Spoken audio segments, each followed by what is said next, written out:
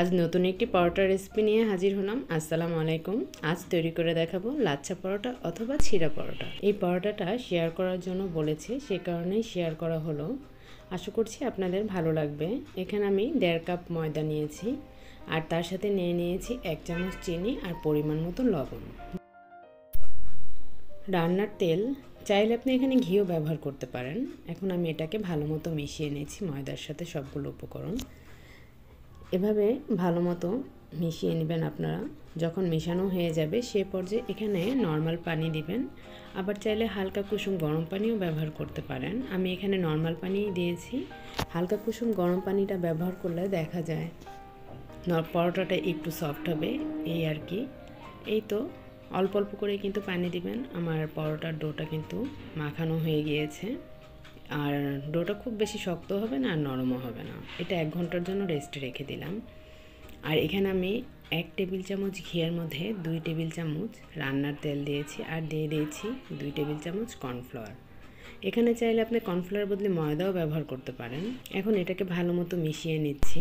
এটা এক সাইড করে রাখছি, আর 1 ঘন্টা পর ফিরে আসলাম। দেখতেই পাচ্ছেন কতটা সফট হয়েছে। এটা দিয়ে আমি 2টা পরোটা বানাবো, আর এরকম গোল করে নেবেন তাহলে ভালো হবে।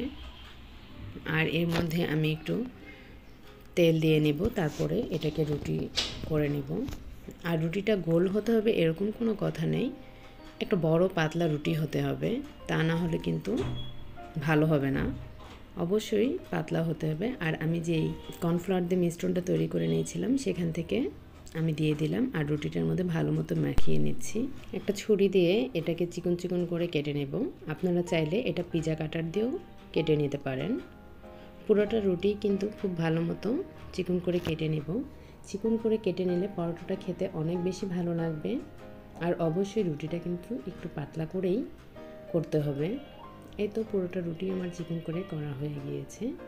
এখন আমি এক সাইড দিয়ে এটাকে মুড়িয়ে নিই। এমনভাবে রুটির ডোটাকে মোড়াতে হবে, এতে করে এটার একটা লম্বাভাবে একটা শেপ আসবে। আর এটাকে আমি লম্বা করে নেব। আর সব তো বলে বোঝানো যাবে না, দেখে বুঝে নিতে হবে। তারপরে এটাকে হাতের মধ্যে পেঁচিয়ে নেব এরকম গোল রাউন্ড করে, তারপরে মাঝখানে আটকিয়ে দেব। এই তো এরপরে হাত দিয়ে ভালো মতো এটাকে গোল একটা রুটির শেপ দিয়ে নেব। আর একটু হাতে তেল দিয়ে নেবেন, এতে করে গোল শেপটা দিতে সুবিধা হবে। এই তো তৈরি হয়ে গেল লাচ্ছা পরোটা।